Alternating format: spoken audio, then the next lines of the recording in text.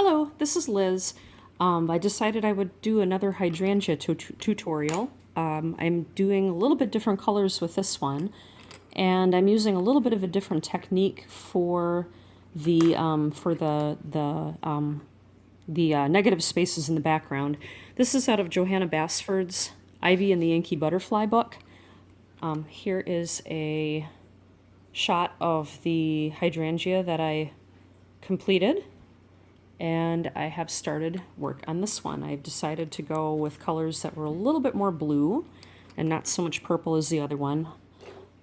And I've got a little bit of a different technique for the background again on this. So I wanted to mention that I am using Prismacolor pencils and that I will have a list of colors in the description of this video for you to use. So, first I'm going to start with Blue Violet Lake. And I'm going to come in here and we're going to do this flower right here. So I'm going to come in here and I'm going to start right at the tip. I'm going to use a little bit heavier pressure. And then as I come down the petal, I'm going to lighten up my touch so that it can blend easily. We're going to do this. Now I'm going to be careful to not color this little part here where it's folded. That's going to be a lighter color. So I'm going to come down like this. Heavier hand at first underneath the fold that's in the shadow, and then we'll come down the petal just really lightly like that. Over here, same thing. Let's start heavy and lighten up the touch as we bring it down. And over, a little bit more there. And then over here, we're going to go ahead and start at the tip just like we did. A little bit of a heavier touch, and as we come down the petal, lighten it up. There we go. Now, next color I'm going to use is called Blue Slate. And what I'm going to do is go over just what we just did, and then I will blend it down into the petal a little bit farther than before. So as you can see, I was heavier handed over the darker shade, and I'm going to bring this lighter color down almost all the way to the center, but not quite. I want to leave a little bit of white right there. And again, right here, taking care not to color on the fold. So we want that to stand out because the light's facing that way. And I'm just going to use a gentle hand as we come down the petal. You can do heavier handed here where it's darker. And as it's lighter, you use a lighter touch. Here, same thing. Go ahead and color this tip in here. And bring my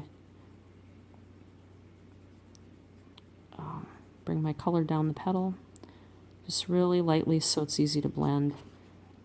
And again over here.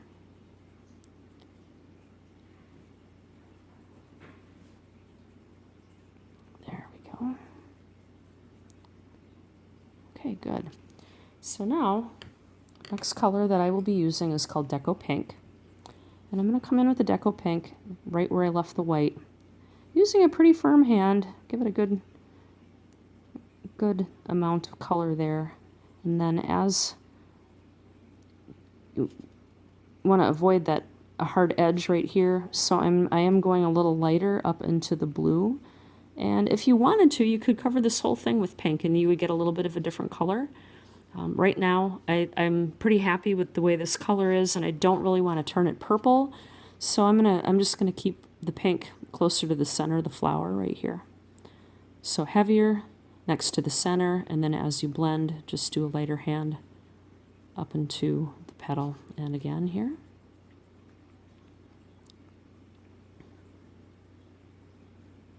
And again right here.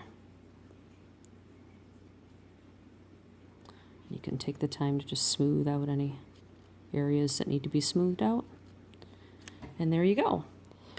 So this little flower, not all of these have them, but some of them have them. There's one there, one here, and you can see where I've done this one. There's a little fold where the edge of the petal has flipped over. That fold will be showing some light on it, and so I wanted to make this fold a little lighter, and then the area underneath it, of course, is a little bit darker. And then last, I want to show you with yellow Chartreuse. I'm going to color in the center of this.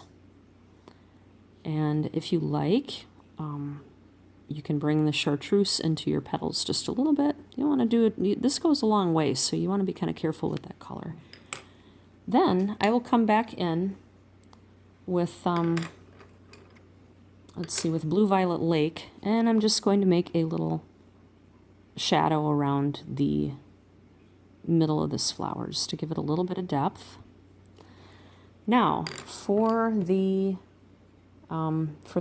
background, I'm going to take one quick second and sharpen this pencil, and then I'll show you what I've done to get this background. When you have an object like a head of flowers, you'll have spaces in between, and we call those negative spaces. The negative spaces in this picture are, we're going to assume they're all in shadow. They're on the inside of the flower. And hydrangeas have lots of colors in them. One of the combinations I like a lot is sometimes how the green blends in with the purple and the blue. So right here, see where I went out of the line on that one flower, and that's fine because we're just going to cover this up. So I'm going to go in here using, this is Imperial Violet, and I'm going to make this little shape and just kind of go around the outline, and you want to kind of, you know, make sure the outline is nice and crisp, but the inner edge, you don't want to fill it all the way in because we're going to come in with some green and smooth that out a little bit, but you want your edges to be nice and clean. So now, for the last part of this, I'm going to come in with Sap Green Light, and I'm going to color the inside of this. And it's going to give it a little hint of maybe some greenery, maybe some other flowers behind all these blossoms that you can see. And that is how I'm going to do the second hydrangea. I would be more than happy to hear from you. If you have ideas on future videos for me, you can leave them in the comments. Otherwise, I hope you found this helpful and enjoyable, and that I hope that my tutorials can help you enjoy doing some of this coloring on your own. So thanks again for watching. Take care.